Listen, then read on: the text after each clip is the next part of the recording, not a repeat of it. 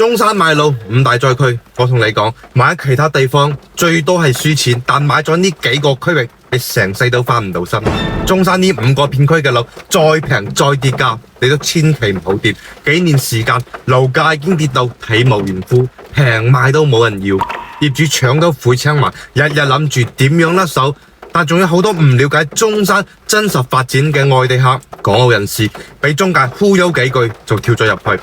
最近日日有人私信問我：蕭生，呢度買唔買得過啊？今日我就一次過將呢5個中山本地人打死都唔會買嘅區域一次過講晒出嚟，尤其是最後邊幾個本地人睇樓根本唔會望一眼，連白送都冇人要啊！我呢條片肯定會得罪好多發展商，喐咗太多人嘅蛋糕，隨時會俾人舉報下架。大家記得點讚、關注、收藏、分享俾身邊準備向中山買樓嘅朋友，關鍵時候可以幫佢哋慳翻幾十萬學費。第一個，南朗鎮早期無數外地客俾翠亨新區、林森橋淘寶、深中通道第一站呢幾個名圖呢呃到好慘。其實呢，馬鞍島先至係翠亨嘅核心，重點資源政策、產業配套全部抌晒落馬鞍島，而南朗老區呢，就純粹嘅陪跑邊角料。本地人心知肚明呢一點，南朗一個窮到叮當響嘅地方，只係沾咗翠亨個朵，加上後來因為近深圳，好多人呢就吹佢係林森橋淘寶、深中通道概念炒到火紅火綠，引來無數外地客衝入嚟。可以話深圳客第一站必睇嘅就係呢度，但係現實好刮面，成個南朗鎮區城市界面老舊大片嘅村落空地，自建房混雜，佔地面積全市排第一，卻冇高端產業入駐，冇大型嘅商業配套，人口更加係少到可憐。早期將利口全部透支，配套咪喺房價先炒起嚟，入邊嘅泡沫太嚴重啦。前幾年樓市一跌，徹底打回原形，房價直接失頭斬啊！從巔峰18000蚊跌到依家6、7千蚊，而且南朗巨無霸社區呢，集堆供應過剩，尤其係海灣城一座入咗嚟就行唔出去嘅城，唔單止係投資客嘅墳墓，更加係中山3大鬼城之一。早期買咗嘅人已經係透到血本無歸啊！但夾唔住發展商俾得太多，今時今日仲係中介最中意推，港澳人士最易中貨。海灣城係我見過最大嘅樓盤，萬畝大盤，至少仲可以開發20幾年。呢度只有密密麻麻嘅樓，我誇張啲講句，成個中山嘅人搬入嚟住都住唔滿。天量嘅放盤，價錢只有更低，沒有最低。啲樓完全喪失流通性，只掛牌半年冇人問，70幾平嘅樓賣30幾萬都冇人睇啊！根本冇接盤俠，啲業主直頭間屋唔想要，首付唔使俾，只求有人幫手供樓，否則斷供落嚟拍房，一拍賣唔出，二拍再打8折，基本上半價出貨，都係依家點解發拍越來越多嘅原因。南朗地廣人係主打水產養殖，冇高端產業支撐，人口少，消費力弱，仲要面臨人口流失。如果你買咗南朗嘅樓只能一齊企崗放哨啦。第二個神灣鎮絕對係中山樓市最大嘅港人收割機，亦係中山本地人公認最冇價值嘅區域。早年靠住港珠澳大橋通車加埋文旅概念，養老度假嘅炒作，夾硬將幾千蚊嘅遠郊大盤炒到12000、13000蚊，呃咗一大批香港客戶入手。神灣啲樓盤仲因此成為中山嘅銷冠。依家徹底原形畢露，新房單價7字頭，平嘅4900，帶埋裝修送車位都冇人問津。對於呢啲高位接貨嘅香港業主，比資產縮水更加恐怖嘅係冇人接盤，慢性自殺。好多小區80%呢係港澳人士買嘅，間中就係過嚟度下價。所以常年入住率低，空蕩蕩冇人係，樓下底商或者社區配套做唔起嚟，落樓買樽水都困難。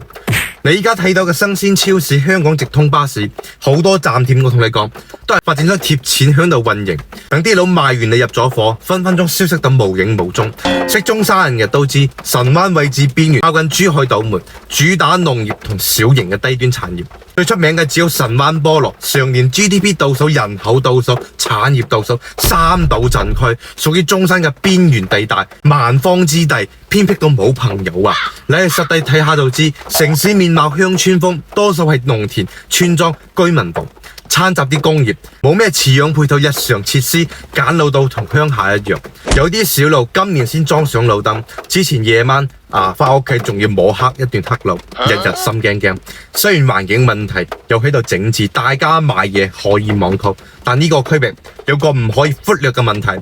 交通極度唔方便，冇車寸步難行。呢個係業主反饋最多嘅問題，更加冇大型商場同醫院，最近嘅三甲醫院，無論去中山、城區或者係珠海，都要40分鐘。萬一身體唔舒服突發情況，救命時間爭分奪秒，嗰陣離醫院又遠，身邊又冇車，你點算？講句唔好聽，珠海人寧願買坦洲、買斗門，都唔會揀呢個片區。省朋友都唔會考慮本地人，更加唔使講。現階段只有啲港澳街坊會做接盤俠。我知道香港生活壓力大，好多街坊想求清靜，揾個環境好又嚟香港近嘅地方養老，初衷完全能夠理解，但前提你一定要搞清楚片區嘅情況合唔合適你，唔好俾衝昏頭腦盲目入手。我唔想見到你辛辛苦苦一世嘅積蓄，自住唔舒服，轉手冇人要，最後被牢牢套住。買錯神灣，只能去填坑種菠蘿。第三個板湖鎮雖然唔係港澳人士嘅選擇熱門，但高峰期都吸引咗幾百個香港買家。依家跌到面目全非，新樓單價5000幾起，樓價已經係低到冇價值。好多外地朋友覺得板湖樓價平，近市區，諗住低價執樓，殊不知板湖係中山最冇存在感嘅躺平鎮區。同神灣一樣，常年 GDP 到手，冇經濟冇人口，只有打唔完嘅螺絲加唔完嘅班，周圍都係爛馬路嘅窮地方。二手流通一年冇20套，本地人大多數都有房產，佢哋真係要買樓，寧願揸車10幾20分鐘去隔離鎮區，都唔會睇呢個三無郊區，買咗住得非常嘅 B 區。特別提醒大家山水印象呢個盤項目主打價錢平、望江景，對景觀有追求嘅港澳朋友睇完口耳上頭。但入邊嘅大坑，現場銷售同中介打死唔會同你講。交樓質量慘不忍睹，外牆大面積嘅數積漏水，即開裂天花大面積跌落，室內門框個罅巨大，水泥裸露，垃圾遍地，環境亂七八糟。公共嘅區域破損不堪，呢度未算完之前一場暴雨，車庫變水庫，成個電梯者水漫金山，小區12部電梯全部停用，住高層嘅業主每日只可以爬樓梯，老人細路根本冇辦法出行。仲有最關鍵嘅景觀資源都要大打折扣，依家嘅無遮擋望江景，到時前面全部要起樓。如果你係衝住江景去買，入住嘅質素同景觀，你提前打定輸數啦。第四個三角鎮，中山北部邊緣化嘅郊區板塊，因為靠近深中大橋、港珠南沙嘅區域優勢，加埋自貿區概念，8、9年前曾經係外地投資客瘋搶嘅地方，房價一度翻倍到15000。依家新樓價錢大跳水，單價5500即可入手。當年高位入手嘅投資客喊都冇眼淚。咁依家南沙樓價2萬蚊左右，30分鐘到三角平咗1萬幾蚊，所以仍然有好多當地工作或者廣州南沙上班嘅人會考慮。點解本地人打死都唔會買呢？三角只係個位近廣州，但自身城市面貌好差，商業教育落後，工業重鎮，除咗工廠仲係工廠，空氣長年飄住金屬加工味。另外，三角嘅高屏工業區係出咗名嘅污染嚴重。之前發生一件事上過 CCTV 嘅，全中山人都知道呢度有全中山最大嘅毒地。之前好多細路莫名其妙流鼻血，喺醫院先發現金屬鉻嚴重超標，致癌嘅。後來本地人叫呢度癌症村。你話呢度嘅樓送俾你，你敢唔敢住？第五個係大涌、五桂山、黃埔、浮沙等一眾郊區板塊，即係成個山卡拉嘅偏僻鎮區，要麼鄉村環境，要麼工業重鎮。最大嘅問題係配套非常簡陋，城市界面差唔講，居住一啲體驗都冇，產業人口好薄弱，二手流通性極差，好多小區一年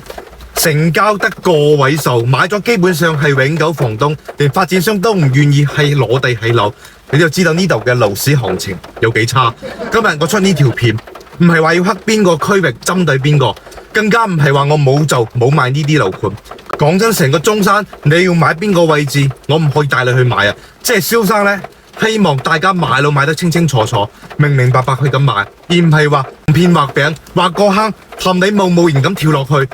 最後，蕭生俾大家一個忠告：中山本地人都唔去嘅地方，你最好係要老行。蕭生係土生土長嘅本地人，喺中山生活咗幾十年，到處都係可以揾到中山本地人嘅飯堂。中山邊度可以買，邊度唔可以買，每個區域嘅規劃係點樣，我比任何中介都清楚。如果你最近打算喺中山買樓，好迷茫，唔知點揀，可以將你嘅情況話俾我知，我會根據你嘅需求同情況，將合適你嘅樓盤通通列出嚟，仲有優點、缺點、行情通通搞清楚，你就針對性咁去睇樓啊，肯定會更加慳時間，少行冤枉路。如果你中山仲唔熟悉，連東南西北都分唔清楚嘅板塊價值熱度，亦都唔理解，蕭生呢度用咗2個月時間幫大家整理咗一份中山買樓避坑指南，入邊包含咗中山200幾個樓盤嘅優缺點分析，紅色字體標註嘅都係有重大不利因素，響晒 ICO 入邊啦。美怪我冇提醒你哋吓。另外仲幫大家整理咗一份中山每個鎮區嘅板塊細分優劣勢分析，入邊包含咗板塊細分等級排布，中山樓市兩極分化越來越明顯。唔想因為信息差買錯樓，下邊留言避坑2個字，我將我整理做嘅中山買樓避坑指南 send 俾你。仲有咩問題歡迎留言或者私信我見到都會覆你。記得點讚訂閱分享俾更多朋友。我係蕭生，我哋下一條片見。